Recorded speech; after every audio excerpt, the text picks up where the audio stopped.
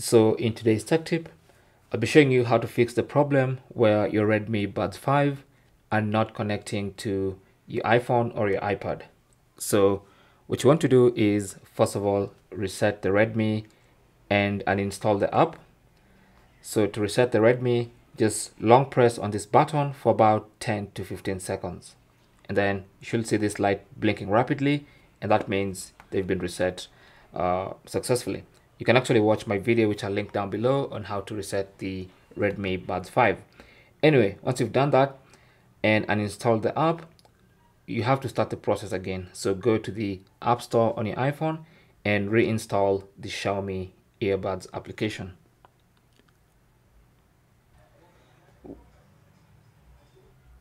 So now with the app installed, just go ahead and launch it. And then of course you have to read and agree to the Xiaomi Earbuds user agreement. Tap on agree. Now this is the part that puts most people in trouble. And this is the part that makes you, or rather makes your Redmi Buds 5 not connect to your phone. Now in the region section, you have to choose mainland China if you want the Redmi Buds 5 to work. Now, if they work in your region, good for you. But for most people, if they choose the correct region, which is outside mainland China and outside the regions where the Redmi Buds 5 were meant to go from the company, then they don't work.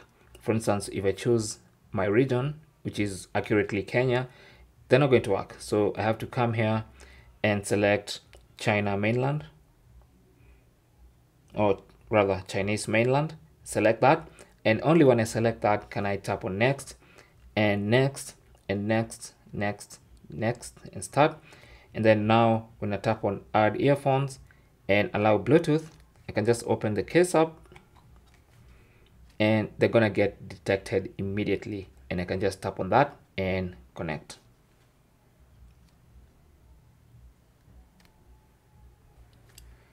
If you're taken to settings, just go there and connect,